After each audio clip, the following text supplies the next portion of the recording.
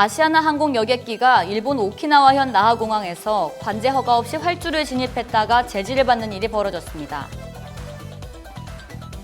일본계 의류 브랜드 유니클로가 일본 본사 임원 발언에 대해 추가 사과했습니다. 대학생으로 추정되는 청년들이 일본의 경제보복에 항의하는 퍼포먼스를 하려다 경찰에 연행됐습니다. 정부가 일본 수출 규제 대응을 위해 특별 연장 근로를 허용하기로 했습니다.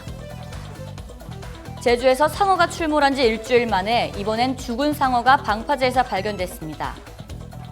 자세한 소식 잠시 후 뉴스에서 전해드리겠습니다. 시청자 여러분 안녕하십니까? 신동아 방송 뉴스 김진주입니다. 아시아나 항공 여객기가 일본 오키나와현 나하공항에서 관제 허가 없이 활주로에 진입했다가 제지를 받는 일이 벌어졌습니다. 국토교통부에 따르면 21일 오후 1시쯤 아시아나 항공 여객기가 관제관에 멈추라는 지시를 따르지 않고 활주로에 진입했습니다. 이 때문에 착륙 준비 중이던 일본 여객기가 활주로를 3.7km 앞두고 고도를 높였고 약 20분 후에 다시 착륙했습니다. 이번 일로 부상자가 발생하진 않았지만 국토부는 준사고에 해당하는 것으로 보고 조사 결과를 토대로 상응하는 조치에 나설 예정입니다.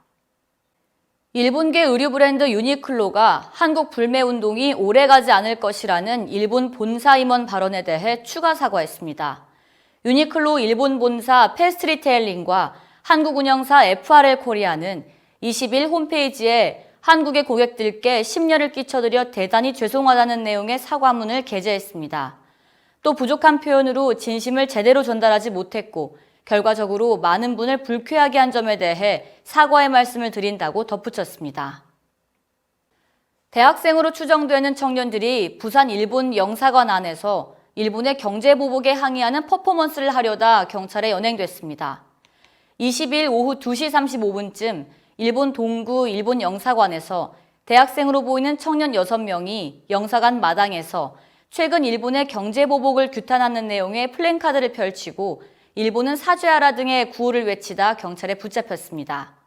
이들은 영사관에 신분증을 내고 출입증을 받아 도서관에 들어가 있었던 것으로 알려졌으며 경찰은 주거침입 혐의로 연행해 조사하고 있습니다. 근로기준법상 한 주에 12시간 이상의 연장 근로는 노동자가 동의해도 허용되지 않습니다. 하지만 특별 연장 근로 업종으로 지정되면 12시간 이상의 추가 근무가 가능합니다. 주로 자연재해와 사회적 재난 등을 수습하기 위한 집중 노동이 필요할 때 승인됐는데 정부가 일본 수출 규제 대응을 위해 이를 허용하기로 했습니다. 이재갑 고용노동부 장관은 이번 사태를 사회적 재난에 준하는 것으로 본다며 정부는 우리 기업의 피해를 최소화하기 위해 가용자원을 총동원할 것이라고 강조했습니다. 만약 일본이 수출 규제를 확대할 경우 고용부는 특별 연장 근로 인가 범위 확대를 검토할 것이라고 밝혔습니다. 제주에서 상어가 출몰한 지 일주일 만에 이번에는 죽은 상어가 방파제에서 발견됐습니다. 지구온난화로 바닷물 수온이 올라가면서 우리 해역에서 난류성 어종이 점차 증가하고 있습니다. 만약 상어가 공격한다면 약점인 코나 눈 부분을 때리고 신속히 빠져나와야 합니다. 독성 해파리도 급증하고 있습니다. 5월부터 동중국해에서 대량 번식한 해파리가 해류를 따라 남해안으로 이동한 것입니다.